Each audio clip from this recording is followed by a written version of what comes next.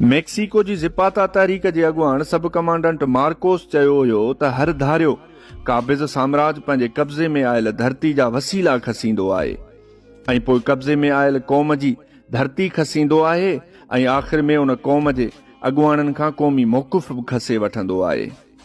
सिंध जा वसीला 1947 में ई खसिजी विया हुआ।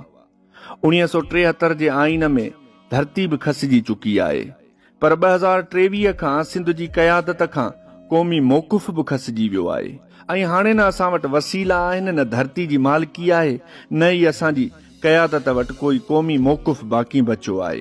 भाइंजे ईअं पियो त असां वटि सिर्फ़ु मसइला आहिनि, मसइलनि ख़िलाफ़ एहतिजाज आहे।